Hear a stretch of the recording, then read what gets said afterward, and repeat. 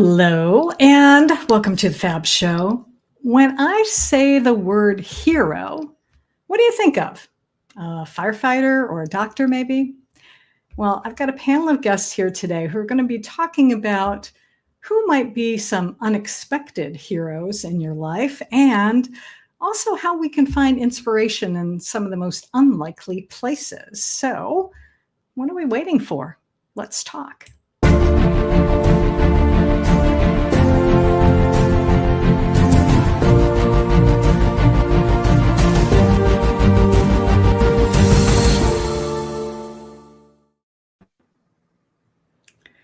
And hello again, yes, and welcome to the Fab Show where we explore our fabulous lives. And I am Gloria Grace Rand, one of the Fab Five hosts, and I am so happy to be here with you again on a fabulous, fabulous day. And I've got a wonderful group of guests here that I'm going to have them just go around and just tell you their name and where they're from. So over on next to me is Linda. You want to kick things off here? Sure. Hello, everyone. Linda Bryce coming to you from the Berkshires in Western Massachusetts. All right. And next is, go ahead, Karen. Karen, you want to introduce yourself, Karen? Oh, I don't think she can hear me. All right, Kevin, how about you? Hello, everyone. Kevin Hypes. I'm down here in sunny Florida, just outside of Orlando in a beautiful city called Oviedo, and happy to be here. All right. We are happy to have you here as well. And Tammy, how about you?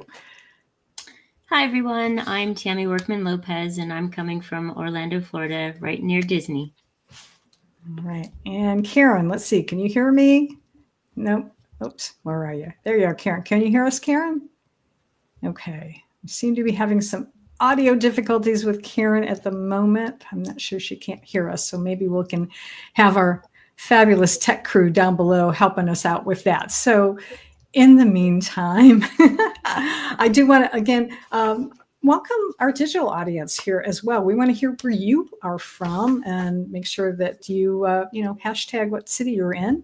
And we're going to get this party started today with one of our guest videos because it really, I think, sets the tune for what this show is going to be all about today. Hi, my name is Kevin Hypes, and I'm going to be talking a little bit tonight about the unexpected hero in my life.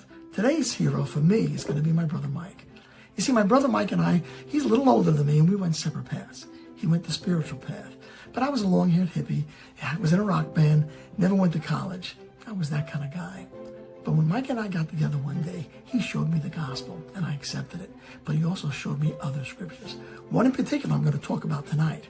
That scripture is James 4:6. It says, God opposes the proud, gives grace to the humble. You see, I was afraid of failing all the time, afraid of trying things. I didn't want to be embarrassed or humiliated in front of my friends. But you know what? The Bible tells me that if I'm humble, I can't be humiliated. It's not possible. Only if I'm prideful can I be humiliated. That realization caused me to try everything I was afraid of and just conquer all my fears. And I've done many things in life that I'll talk about more when we go on that show. It was a great lesson for me.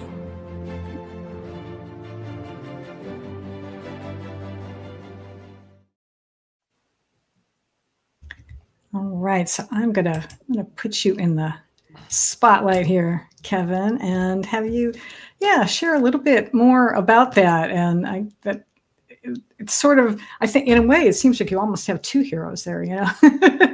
your brother, and and God. So what else you want to share with that? True. My older brother Mike has always been my idol, and like I said in the video. Actually, when we were growing up, we were both very similar. I'm a street kid from Queens, never went to college. I was a long-haired hippie, went to all the rock concerts and all sorts of crazy stories that I've lived through. And I was a big partier, and I was in a rock band for many years. I was just doing things because I felt like I just was trying to succeed. But, it's funny when you do things. Very often you hold yourself back when you try to do things. I think everybody does this. Everybody doesn't try hard sometimes because they have a fear. Everybody's afraid of something. Many of us are afraid of many things. And when I finally sat down and read the scriptures with my brother Mike, he explained to me the gospel, explained to me how Jesus died for my sins, and how I have a vehicle through the gospel to go to heaven. And then I said to myself, this is great stuff. And I made that commitment. And I've read so many passages in the Bible that gave me strength in my personal life. A lot of people think when you read the Bible, it's kind of holy roller stuff, but it's very practical in many senses. And it was that one scripture that hit me in James 4:6 that said that God opposes the proud, gives grace to the humble. And what that did for me was that made me understand that if I was humble, I couldn't be humiliated. But if I was a truly humble man in life, that it was not possible to be humiliated. And that's when I realized that it was pride that was stopping me from trying new things, from growing as a person. Pride can stop you because you're afraid to fail. You don't want to be humiliated or be embarrassed. When I came to that realization, that's when my life started to take off, because I started to do all sorts of things that I had an interest in, that I decided to be kind of fearless, I guess. And I think if you talk to a lot of successful people, like I know Michael Jordan wrote a book about failing. You have to fail before you succeed. But the more you fail, the more you learn. And I've gone through life, and I won't go on too far. I know you guys want to talk a little bit too. But I've tried many, many things over the years, and I failed at most of them. But it's been an exciting life. And I'm just joyful about it, actually. And I have been successful in many ways. But I won't say more. I'll let you guys take it from there. All right. Linda or Tammy, do you want to chime in here? What are your thoughts on after watching Kevin's video? I hearing about God is my favorite topic. Hearing that your brother was that for you is it's so beautiful. And all that you've learned, to see how powerful you are, how much God's moving in your life, who you were meant to be, all those beautiful things. It really touches my heart. And it just reminds me of all the different things that I've gone through in my life and how God's been there. And he wants us to see us through his eyes, which is not the same as what we do. And I love that you're getting into that place where you are seeing you through his eyes, because that's when we can shine in our greatest power. Yeah, for sure. And I'm gonna bring Karin back up to the stage here for a second and see if she can hear us and we can hear. Whoops, there you are. All right, Karin, can you hear us? I'm just doing a quick check here. Let's see. I'm gonna I think that that's an awesome story, Mike. We all need heroes in our life, and we all need somebody sometimes to just say, "Hey, it's okay. It's okay to look at what is scary to you." A lot of times we don't even know why we're scared. We just need somebody to show us and take us by the hand. So that's really awesome. Great story. Yeah. Thank you. Hey, Linda, how about what are your thoughts on? I was going to say, what inspires each of us is different. And I think Spirit puts in our way that which will resonate with us in particular, giving us an opportunity to say yes. My story is, well, I don't know if we're going to get into my story now or later. A little later. But fine. So the point is, what inspired you was perfect for you, and you grabbed onto it, you recognized it, and you said yes. Mm-hmm. Yeah. Each of us have done that in our own way. Yeah, absolutely. In our lives. Yeah. And in fact, I think what I'm going to do right now is I'm going to go ahead and since we're talking about inspiration a little bit, I want to play Karin's video, because she has a unique take on this, which I think is really cool. So we're going to listen to hers. Hi, I'm Karin Edgett. I'm a visionary artist in Washington, D.C. I would like to share how I found inspiration in flowers, of all things. It was during COVID, and I was taking longer than usual walks when the flowers started speaking to me, which I thought was quite strange. And I said, no, I'm not a flower photographer. And they said, yes, but you can see our consciousness that's shifting inside of us and how we're helping the world. And so I took pictures of them, and I started sharing them in projects and taking them and superimposing them on other people's portraits that I would take. And I created this whole community project and created all this healing art by amplifying the consciousness and the shifting that was taking place in flowers. The whole community was uplifted by it. I was uplifted by it. And all I can say is that who knew it would be flowers?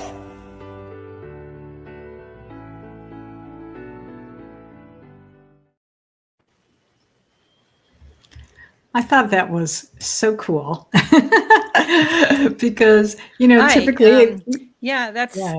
it was kind of fun for me. I was, you know, really resistant at first to take on as an artist. I normally paint and work as a printmaker and stuff like that. And I was really resistant to listen to the flowers as they started speaking to me. And then the more time I spent with them, the more I realized how much energy they were giving to the world, and how they were actually a key part of what shifts the consciousness of this world. And I'm hearing their voices, and I'm hearing them tell me these things, and I'm like, well, why me? And they're like, because you can hear us, and not everybody can. And it's amazing what happened after that, and how I started creating these fabulous grids to superimpose over people to make them happy when they were sad during COVID. And I used them to superimpose them over buildings that were empty during COVID. And they've kind of been my best friends ever since. And I could go out and spend hours and hours and hours in this little patch of a garden taking pictures. I use a macro lens so I can see deep inside of the flower. And then I get home and I just am absolutely marveled at what I see, the energy pouring out of these little tiny flowers. And I feel like all this chatter that's going on in humanity is so full of little bits of duality and judgment, and, you know, who's got the best path forward. And the flowers are just like, we're doing it. We're changing the world one flower at a time. And, you know, you see us all blooming at the same time. We're creating these grids of new consciousness, and it's, you know, fresh stuff that's coming out of the earth and fresh stuff that's coming out of the sun. And it's just, there's no history to a flower. And I don't know. It was just like, it was like my religion and my church, you know, was just going and spending time with the flowers. And I still to this day do it. 5 years later, I've got some of my flowers scattered everywhere and prints around my house too. I'm just like, they bring me a lot of, I guess they shift the way I see the world. And it always is a shift in the upward direction. You know, the vibrations are just getting higher and higher. It's really quite marvelous. Thank you for letting me share my story here today, Gloria. Oh, absolutely. And I'm still not sure you can hear me.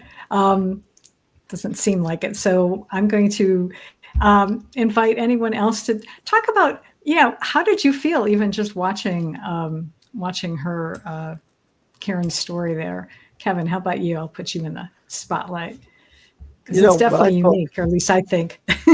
Very, very unique. And what I really liked was the fact that, you know, Karin did that for a reason, to encourage others, to build others up at a time like COVID, where a lot of people were feeling very lonely, very alone. And, you know, we don't realize how much human contact really makes a difference in our lives. And many people didn't find that out until COVID, where they were kind of locked in a room and couldn't do anything. Now, me, I'm a people person. And I could probably just look in the mirror to myself and get along just fine, because that's just my personality type. But people need encouragement.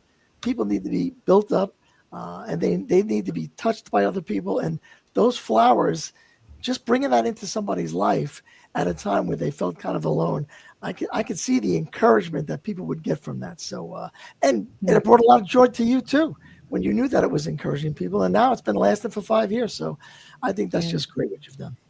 Thank you, Kevin. Yeah, absolutely. Go ahead, Linda. Yeah. Okay, thanks. Not only people, but nature. Nature is a wonderful inspiration and place of healing for many people. When I lead services, that often comes up a lot. That people go into the woods, they take walks. I remember in another state where I lived, there was this one little park that I would go, and I would sit in the quiet. And one day I got up to leave, and I turned around and I looked at this large tree that was always behind the bench. And I looked at the tree and started talking to the tree. And what I heard and wondered about was, does the tree miss me when I'm not there, when I don't show up? We have this amazingly deep connection with the natural world when we want to tune into that. Yeah, that's so absolutely. it's not surprising to me that flowers and the beauty of flowers and the variety of flowers and would speak to so many people. It's another indication too, your project of once we take the leap, we don't know where that's going to lead. We don't know how many others will be touched who will want to become part of it, and it grows and it grows and it grows. Yeah, that's it's such a good absolutely true. And I think nature's gotten a lot of respect for being healers and tree bathing and the advantage of being near water, near the oceans, near lakes and rivers. All of that is really powerful. And I know people have valued flowers for years, but I didn't realize that the flowers were actually shifting the consciousness. That was like the surprise message for me. It's like almost like when you look at what Einstein said about shifting consciousness is how you come up with new ideas. It's how you start to solve problems in new ways, in different ways. And I'm thinking, well, maybe the flowers play a bigger role in our consciousness shifting, in our raising of our frequency of the world than we ever gave them credit for. They, of course, say they do, but it's we'll take their word for interesting it. to just immerse yourself in that and allow it to be true. Yeah, absolutely. How about you, Tammy? What are your thoughts on all of this? Well, I was thinking, first off, like how amazing to be able to actually pick up the frequency from nature and hear it. Like it blows my mind that that's even an option. I've been learning more about that recently, and it's just like, what? How cool is that? To be able to see things in such a different way. And, that I was also learning that, the whole tree hugger thing is like, no, actually, if you do touch a tree and you're grounding your energy, that the tree actually helps you to feel more grounded and your feet to the ground and all these different things that I didn't understand. So I find the more I understand, the more I grow. And so by you sharing something like that, that's so amazing that other people might go, poof, I love it. I'm like, ooh, tell me more. I want to, and the pictures that you're showing as you're talking about it, it just makes me connect to them more and feel them more. And I've always thought they were so beautiful. I've never really liked to receive flowers because I don't like to watch them die. But I do love to receive flowers, so there's that. So I love what you're sharing with us, that ability to go in and even if you don't believe it, right? To give yourself permission to go, what if this beautiful everything is saying something to me? Yeah, it's really magical. And for me, they were the heroes all during COVID. All the stuff everybody was going through. And it was just so neutral. That was the nice thing about it too, is it's a neutral subject. People weren't COVID was an interesting time for a lot of people, but it was a great time of more judgment and division in some ways, and besides the loneliness, and it really is. It was nice to just have a neutral subject to work with. Absolutely. And Absolutely. I love that you did it, that you said, no, I'm not that. And then you just said, okay, fine. And you found something so beautiful out of it. Yeah, thank you. It was an interesting lesson for me, because as an artist, we're always like following some trail somewhere, and that one just seemed such a left turn from where I had been, that it was a tough one to follow at first. Not that I didn't love nature, but it wasn't part of my creative outlet. Yeah. So been a lot of fun. Cool. That's good. Well, we're gonna shift gears a little bit here, and I want to be able to focus in on another, actually a hero that is near and dear to our hearts here at the Let's Talk Fab show. We want to actually take a moment to celebrate her for a second with a little video. Hey, ooh, yeah, it's your day, Kim. Woo-hoo. Hey, Kim O'Neill, it's your special day. Your smile lights the world in the brightest way. From coaching hearts to letting light shine, We celebrate you. It's your moment in time. Happy birthday, Kim. Hooray. Hey, shining brighter every day. So fabulous, so full of cheer. Hey, Kim O'Neill, we love you, dear.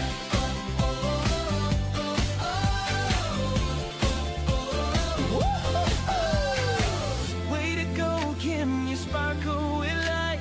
your fabulous smile makes the world so bright. Happy birthday, Kim, hooray. Hey, shining brighter every day. So fabulous, so full of cheer. Hey, Kim O'Neill, we love you, dear. Happy birthday, shining brighter every day. So fabulous, so full of cheer. Hey, Kim O'Neill, we love you, dear.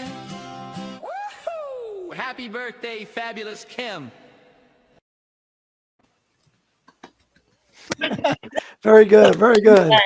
Yes, we like celebrating one of our fabulous 5 hosts, and Miss Kim O'Neill. So, and that, if you saw the graduation picture in there, she also just recently got a master's degree. So we were celebrating that as well. So we've had, it's an interesting discussion that we've had, and it's been very deep and spiritual and talking about nature. But also, I want to start sharing one of our other guest videos today to talk about another part of who is the unexpected hero. Might be closer than you think. So we're going to listen to Linda right now. Do you consider yourself a hero? I am Linda Bryce, and I recently completed an inner journey to meet my spirit animal. What's that, you ask? Well, there are guardian angels and guides. Why not a guiding spirit who is an animal, especially given the strong animal-human connection? Anyway, when I met my spirit animal, I asked its name. It said hero. Why hero? I asked. The message it gave me was this: you must trust. You will be your own hero and hero to others who need one for the moment or for a longer time. Now, my message to you is, others might consider you a hero, even if you don't think of yourself that way. Let's talk about it.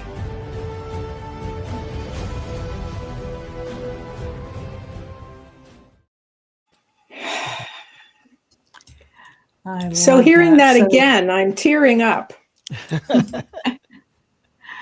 Why? Share. Yeah. Where do I start? When Gloria invited me to be on this, I emailed her back and I said, hero? What? She said, well, I think you'd be a good fit. I said, well, we need to talk about this, because what do you see? And And can I just I think interrupt one quick others- second, yeah, go Linda? ahead. Go ahead. I'm going to Yeah. just interrupt because for those of you who don't know, Linda does a fabulous service of participating in a choir that sings when people are getting ready to transition. And so to me, I thought that. Yeah, well, I wanted to Yes. jump the gun because that is Okay, why okay. I thought you were a hero, but now continue. Sorry.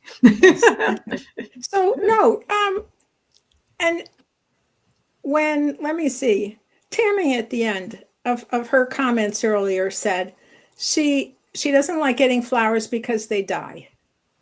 And you know, everything dies. Absolutely everything. It would be wonderful if we faced that always, and therefore we're always very conscious of the preciousness of life. Absolutely. Yeah. So, and so I didn't think of myself as a hero, and I'm not sure that many people who are heroes think of themselves as hero. It's just what we do. It's our calling, perhaps. In my case, you know, growing up, I was always with my grandparents. Both of my parents needed to work, so I was around old people all the time. And then as a sophomore in college, I started volunteering at the social services department of the hospital in town. And one day, the director of the social service office said, "Go visit some patients up on the ward." Now, here I am. Okay. And all I had was the name and the bed number. And the first bed I went to, the gentleman was sort of leaning off the bed. And I probably said, like I am now, like, "Hello, you know, I'm Linda, and how you doing?" And he looked at me and said, "You know, I'm dying." I had no clue what to do with that. And yet that was, looking in hindsight, I think in hindsight, when we look back over our lives, we see the thread that connects all the important moments that bring you to where you are today.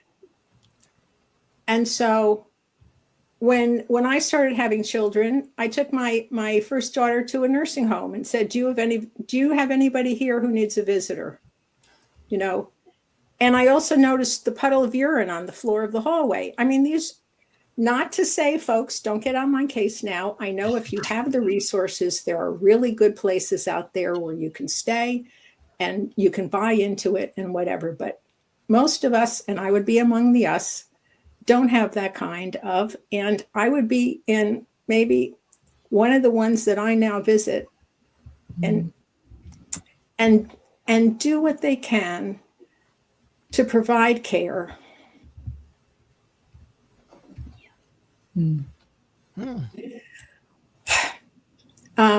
Being understaffed and underfunded.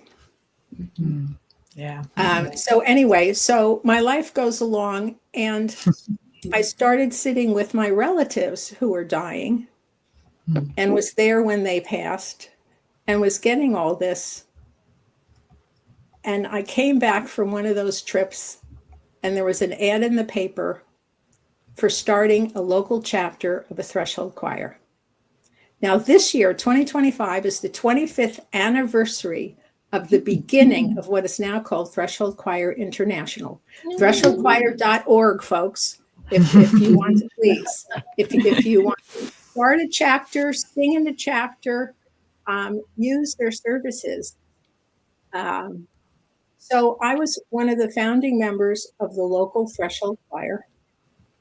And when the founder left, and she used to leave during like 4 months or so every year to go back to warm California, I would take over and lead. And so someone says sometimes you're a hero just because you step up. When she left, It was who was going to continue this choir. And that winter, there were only 2 of us who were singing always to all of these people. Now, the other woman, she's also still with the choir. She's a good musician. She's a better musician than I am. I almost everyone in the choir is a better musician than I am. But that's okay. I can sing well. I can do harmony. I'm the the administrator to keep everything going and everything. But so I had to step up and say, okay, I will be the point person, because otherwise the choir would have been laid down. So here I am. All right. What, 6 years later, still in this position. And so that's what we do.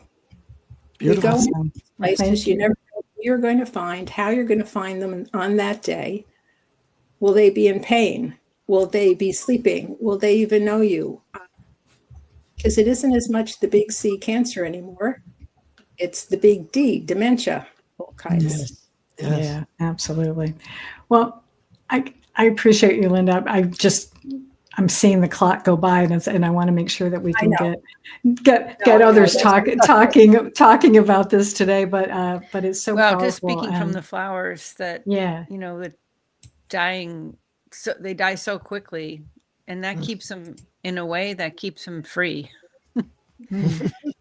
That's true. That's a good point.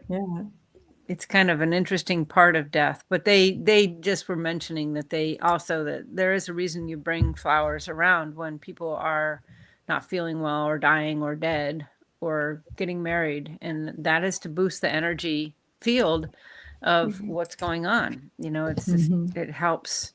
They can help, basically. Yeah. And yes, wild flowers are a little more powerful than cut flowers, but they all work. Or flowers are grown in mass. Yeah, absolutely. Yeah, that's funny. I used to my ex-husband now, he would say, but you said you don't like flowers because you don't like that they die. I was like, yeah, but I still like them. I still like to receive them. I just don't like to watch them die.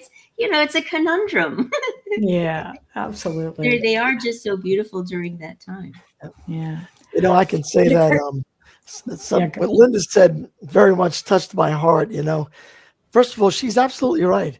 We're all heroes to somebody, and we really don't realize it. And we don't realize how much the things we do for other people, how they touch their hearts. But she mentioned about the elderly and visiting folks. And matter of fact, that's a ministry that's very close to my heart. I actually preach on Sunday mornings at a retirement center.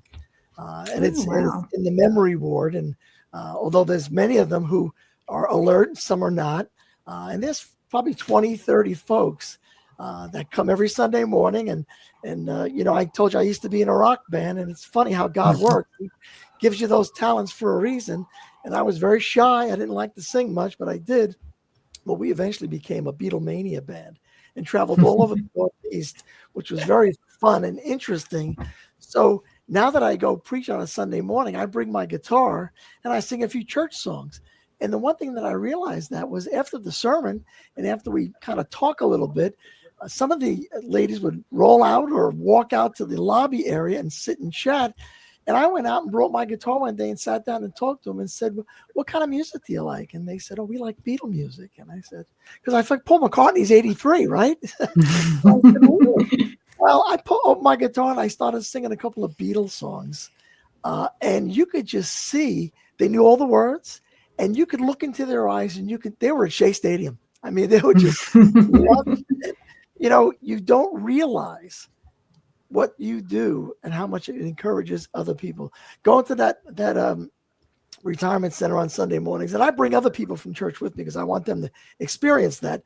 But you don't realize that how much it actually lifts me up to be able to do that for folks. It is not a job. It is something I love doing. And at the end of the day, it's probably the most encouraging hour of my whole week, actually, spending time with the older folks. It really is.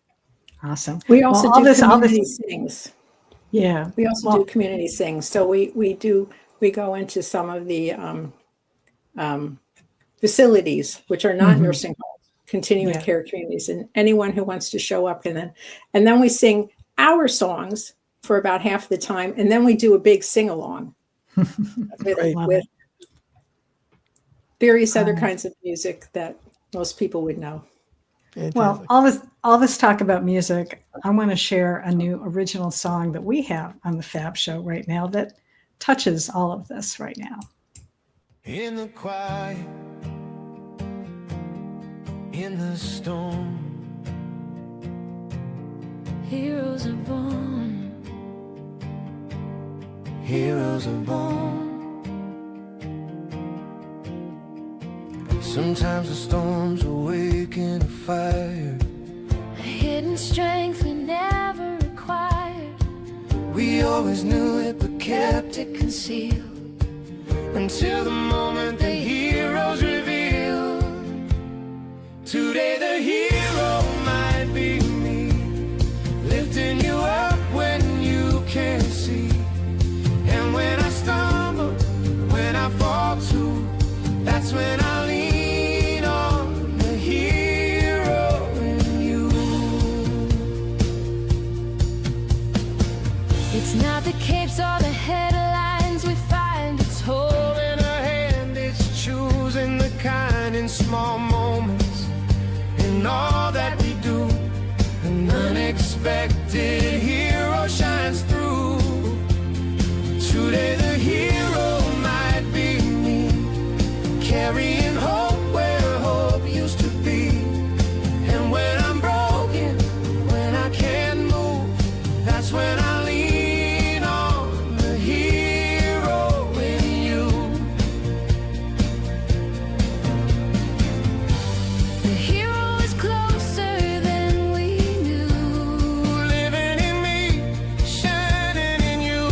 Every act of love will see us through.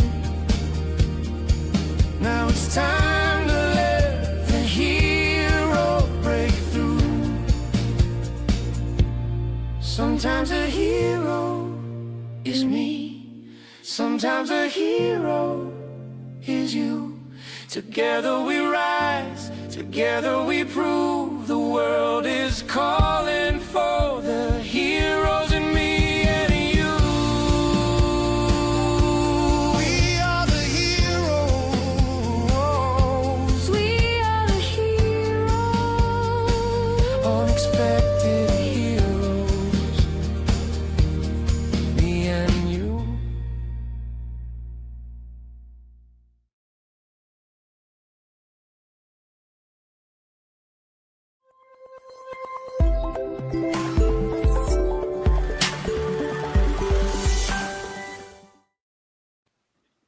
That was a fabulous You're song. gonna make us cry.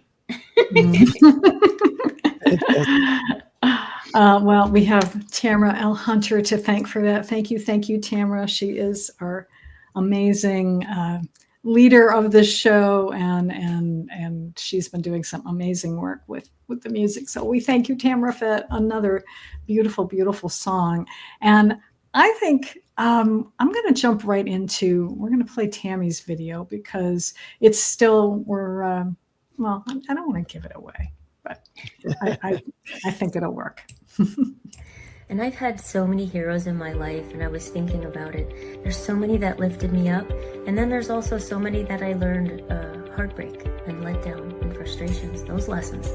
But the most unexpected that I was thinking about, that hero was me. And so I have to accept that I'm the hero in my life, that I've made that difference for myself and others, even more so. And after years of abuse and then going into foster care with help, which did help, I had years and years of feeling that self-doubt and believing that I was broken. But the magic was I learned that the pain is actually there to refine, not there to have us define ourselves within it. And so I just want to share with you that you can also shift from old patterns and old beliefs and step right into your values and know that the person in the mirror, that is the hero. I look forward to meeting you.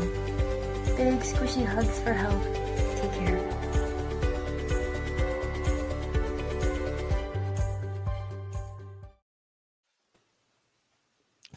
And I'm going to bring you on, Tammy, in just a second and talk about this. But I also wanted to just let our audience know that if what you heard just now from what Tammy was talking about touched you, make sure you tune in next Sunday on the Let's Talk Fab show, because our own Kim O'Neill is going to be talking about healing after betrayal. So make sure you tune in for that one. So yeah, so I love how now we've been kind of talking about, heroes, and now we're kind of going into the fact that, we can be our own heroes. So share a little bit more about that, Tammy.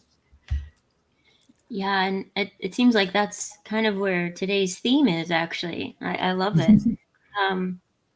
When you had asked me about this, I was thinking of all of those people, right? And my mind was going through, the first person my mind jumps to is a guardian ad litem. Her name is Claudette.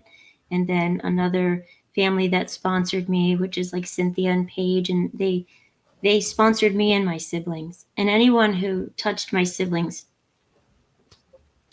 it really touched me because I loved them. And our mom and dad did not know how to show that love and that connection, but these strangers did. And so I always wanted to be just like that. And throughout life, people in my life who've been there, the caseworkers, the case managers, my foster parents, who I'm still in their lives, my relationships, my husband, my ex-husband, all the different experiences that I've had, I've like, oh, that person was a hero and that person was a hero. But I'm also going through the divorce recently, using all the tools that I've had, going through the betrayal that you're talking about, and still being loving, still being the friend to him, still being kind to my family, still being loving, still being the one to say, my intention is to create that same love and connection of what God wants from us, for us. How can I do that? How can I take care of me? And how can I do that over there? And my mind was like, holy cuss word. I'm the hero, right? I'm the one who actually did who I want to be. And as much as my life may not have turned out the way I want it to look, the flowers still alive, and I'm okay with the fact that there's going to be death of things. That's just another beautiful part of it, right? The death of these flowers brings the life of these flowers. The death into this soil brings more fertile into this soil. And so like the death even of my marriage, I'm still grieving that death. Being that strength has actually made a difference for so many of my clients. It's made a difference for so many of my friends. They're like, I wish I could have done it the way you're doing it. I don't feel that way, but it makes that for them. And really being able to own me being the hero allows me to step up to who I'm being as my potential. So then I can look through God's eyes and see what's the potential he has for me. Where can I take a life that I can't imagine because it's bigger than me? So that's where all of this took me. So thank you. Well, I tell you, It's a fabulous story, Tamara. Yeah. It's and I just so want important to. I mean, what you're going through is heartfelt, and for you to transform your life and to not be like your parents, but to actually have taken your lessons from them and become, this magical person who's aware and empathetic and actually values themselves, because your parents probably really didn't value themselves, and that's why they couldn't show you love, is a really like a huge leap. I mean, you should be not only taking yourself in as a hero, but really proud of your accomplishments. That's like, that's really something. And there probably shouldn't be a person alive that couldn't say somewhere along the point in their life that they become their own hero at least some point, because many of us have been through it, but your story is really inspiring. Yeah, I second that. And I encourage you to go back in and look at some of the comments, because our Let's Talk Fab family, we're actually giving you a lot of love through that, Tammy, as well. And Thank you guys. I like to say big squishy hugs for health to each of you. I love that. I love that. And I've been seeing some. I was going to say, Oh. go ahead.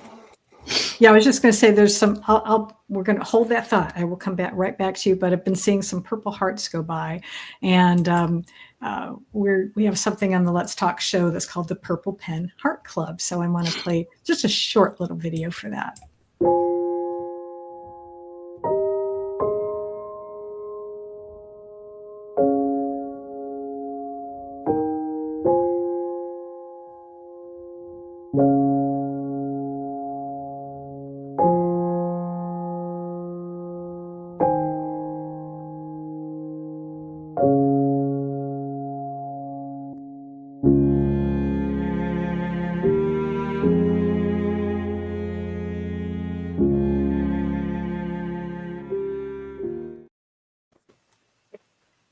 Yeah, so we just wanted to be able to do that to honor some heroes of our who aren't necessarily even with us anymore, but they were heroes to this show and to all of the folks who work behind the scenes on the Let's Talk Fab show.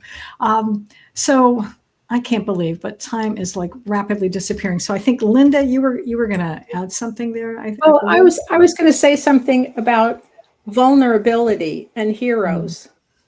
Yes, please do. It doesn't mean we're stoic. I mean, look how we've all shown emotion here today. We've been willing to do that to feel. You know, when people say to me, "Oh, I couldn't do that," right? It's the greatest way to stop a conversation. "Oh, I sing to the dying." "Oh, I couldn't do that," and then they can't. They look around to go away, except for those who get it. And I think we wouldn't be doing what we're doing if we didn't feel deeply about it. And when you have, and here comes the emotion already, so I'm going to hold it a little bit here, but when you have that kind of passion around something, the feelings are close, at least for me, the emotions are close to the surface. Yeah. And we're willing to share that. We're willing to share that. Yeah.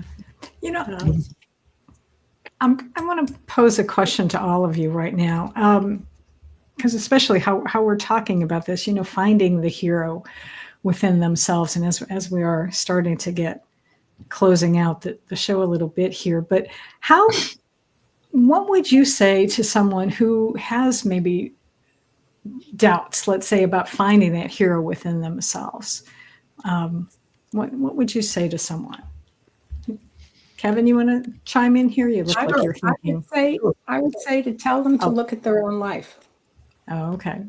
That's a great point. And Look at their own life, not just the good, but especially look at all the pain points. Look at all the challenges, and notice how you got through them. It might have been sloppy,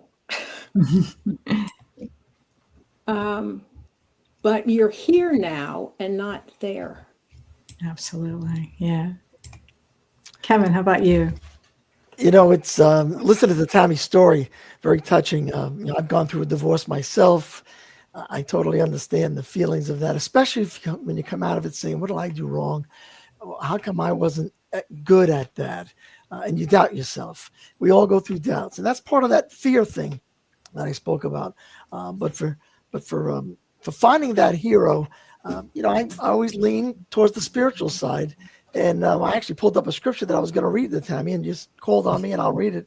That's one of my favorite ones in Ephesians 3:20. It says, "Now to him who is able to do immeasurably more than all we ask or imagine, according to his power that's at work within us." You see, God made us all very special. And I think you are your own hero in many ways. God made us very special, so we can look to ourselves, but we can know that he can do more than we could even, not only what we ask, but more than we can even imagine if we just believe and we let that spirit within us come out. So anyway. Appreciate that.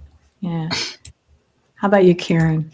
What would you like to share? Well, I was raised to be very humble, and calling yourself a hero or looking at yourself as a hero would have been the last thing. That would have probably been the top of the sin list.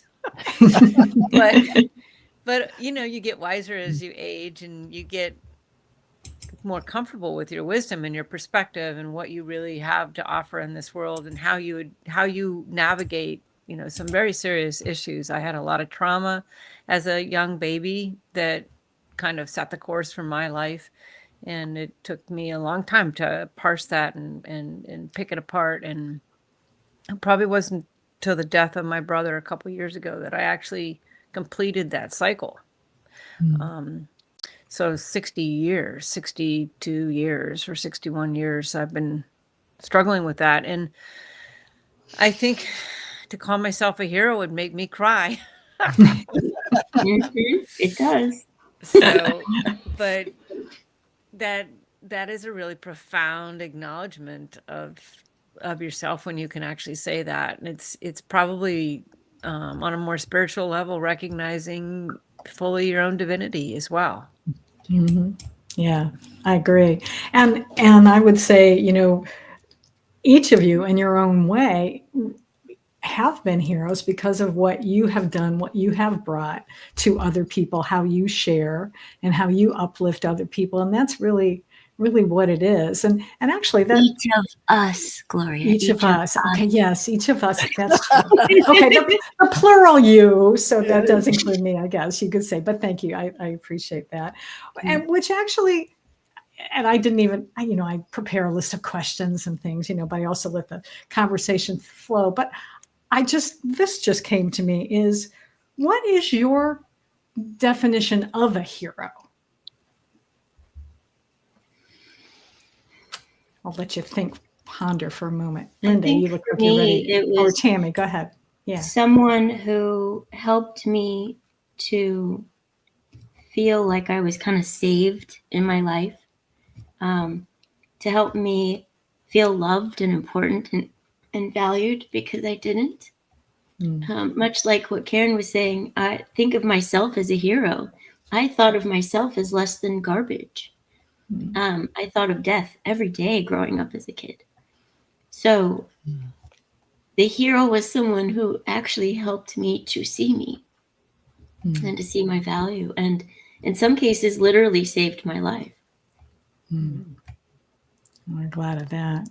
Linda, what is your definition of hero? Someone who goes into the roar, someone who doesn't know how things will play out, but sees a need and opens their heart and goes forward to meet it. Without and persevering in it. No, it's not a flash in the pan media thing. It's yeah. This needs to be addressed. This person needs to be known for the precious being they are. Yeah, I'll stop there. Awesome. All right. Kevin, just a few words. Sure. Kind of like somebody who maybe sets aside their wants and needs and has the courage to step into somebody else's life to meet their needs. It's unselfishness, really, but it's seeing that need and having a heart to want to help somebody else, I think. All right. Yeah, I think I agree. It's really coming down to actually listening, even if it's listening to yourself or listening to someone else, hearing it and being able to take an action, even if the action is opening your heart or seeing the potential in someone else. Awesome. All right. Well, we're going to have to leave it right there. And I hope all of you out there today are going to live fabulous lives and appreciate that you are your own hero. See you next week. And